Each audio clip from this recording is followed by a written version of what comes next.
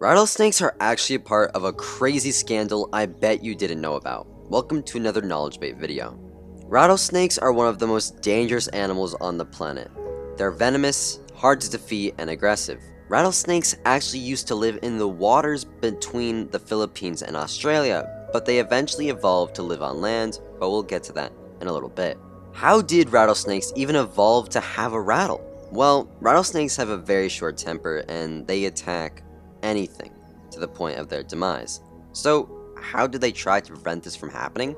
You see, rattlesnakes actually really like listening to music.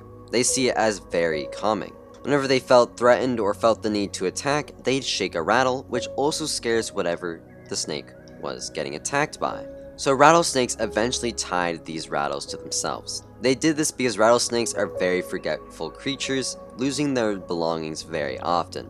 Eventually, it formed into the end of their tail, and it is now permanently attached to the snake for the rest of his life, as we know it today. Now, when rattlesnakes used to live in the ocean, some of them actually came across Poseidon, the god of the ocean. He did not like the fact that the snakes were aggressive towards him, and so he banished them from the ocean. And the snakes did not like that. They were angered at Poseidon even more than before. So what did?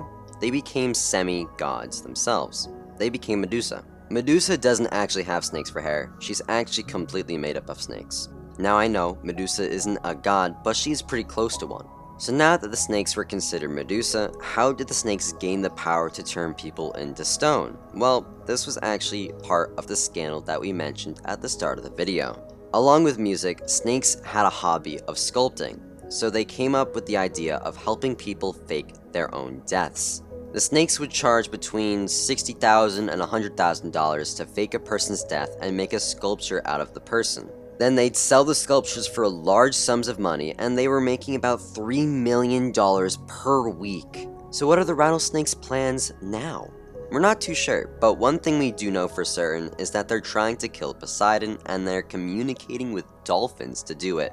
But that is for a different video. If you want to hear about how cats had a colonial empire on Mars, click the video on screen. But that's it for this video. Thank you for watching. Leave a like and comment ideas that you have for part 2. Oh, and recently we've had a very small percentage of our viewers who are actually subscribed. So do that, or else we will place rattlesnakes in your bed.